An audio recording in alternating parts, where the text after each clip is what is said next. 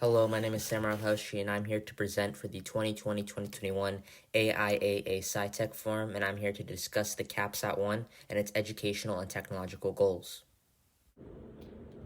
I'll start off with some background. The primary mission statement of the Weiss CubeSat development team when it was originally formed in 2015 was to provide its 9 middle school founding members with the opportunities to excel in the fields of aerospace and STEM and to allow them to apply the opportunities into the future STEM workforce. The students of the WCDT have been fulfilling their side of the bargain as the ever-growing curiosity and passion for the WCDT student body has been increasing on a year-to-year basis. When the WCDT was formed in the fall of 2015, it had an original goal of to be able to build, test, and launch a CubeSat mission in a 3-year span. We were definitely close as the WCDT, as a primarily middle school program, is the only middle school program nationwide to have 2 missions selected for NASA's CubeSat Launch Initiative program.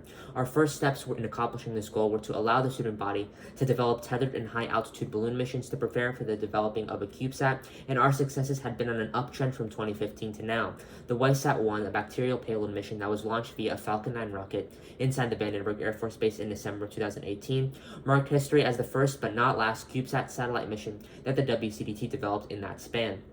Along with our successes with satellite development in aerospace, we have combined that with an ever-expanding goal of communicating, advocating, and legislating for change in the STEM field on the local, state, and national levels through our aerospace public policy team.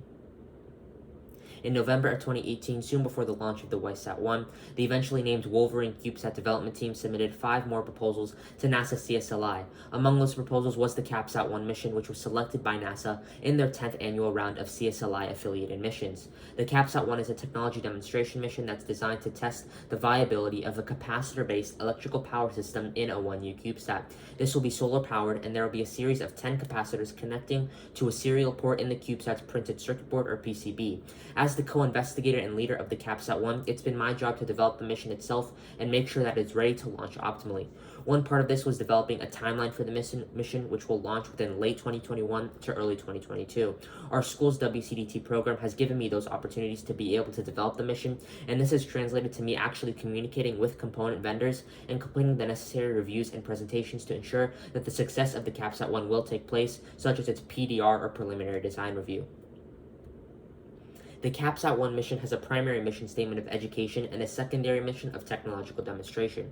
The CapSat-1 mission, being developed by middle and high school students, is giving these young engineers the opportunity to have hands-on experiential learning and the opportunity to develop their skill set in aerospace engineering for the future of the STEM workforce. The CapSat-1 secondary mission is to validate a CubeSat electrical power system consisting of capacitors instead of the commonly used lithium-ion polymer battery. Since capacitors are much smaller and have a much lower energy density than lithium-ion polymer batteries, they are not only much safer and have a lower chance of short-circuiting, but they're also much more durable, being able to operate in a much wider temperature range than lithium-ion polymer batteries. With that, the CapSat-1 plans to validate if capacitors are more competitive with lithium-ion polymer batteries in real practice in the radiation conditions of the space environment inside of a CubeSat. The CapSat-1 will then transmit voltage data at a rate of approximately 90 bytes per packet, with one data point being sent every 10 minutes. After the CapSat-1 mission makes one full orbit around the Earth, which will be an estimated 85 to 100 minutes, the telemetry of the CapSat-1 will then be sent. After half of an orbit onto the dark side of the Earth, though, a mode will be initiated that transmits data much less frequently at a rate of around once every 20 to 25 minutes. Since the CapSat-1 is a technological validation mission, it'll try to minimize as many variables as possible to reduce the risk of failure and to optimize the accuracy. The cycle of orbital data collection is then repeated over a 6-month period of testing, and over the 90-minute orbital time of the CapSat-1 mission, the same exact variables will be collected at the exact same rate over its mission lifetime.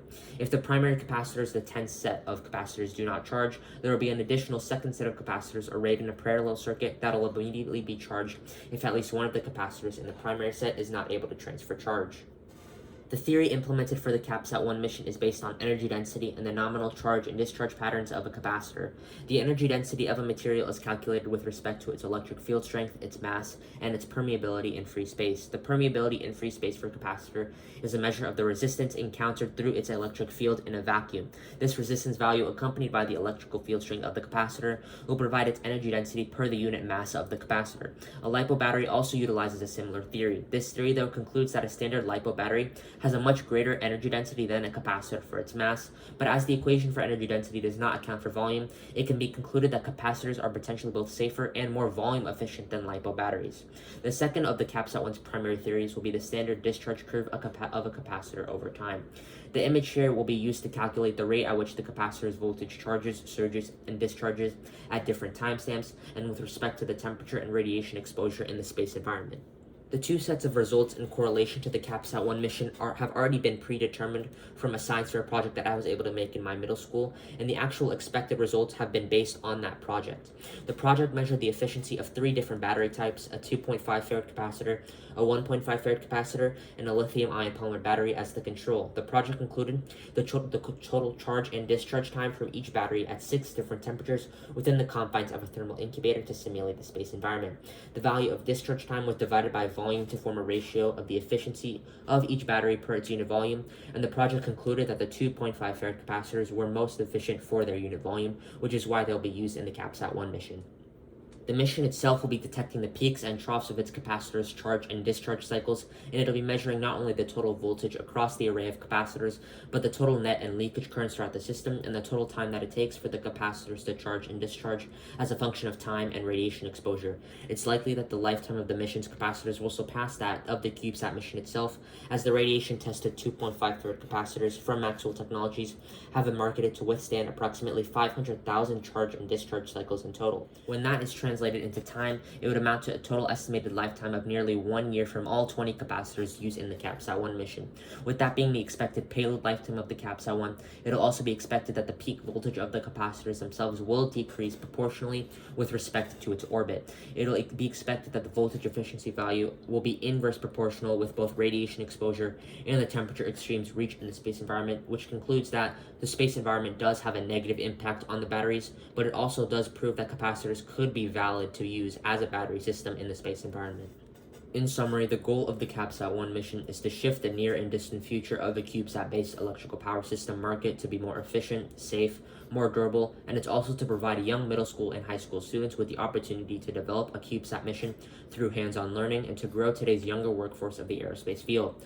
The goal of the WCDT till now has been to provide these educational opportunities, and the CapSat-1 is simply an extension of that. Again, the Wolfpack CubeSat development team has now expanded significantly from what it originally was in 2015, and the CapSat-1 hopes to propel that progress into the coming decade and to provide as many young engineers as possible the ability to show their passion for STEM.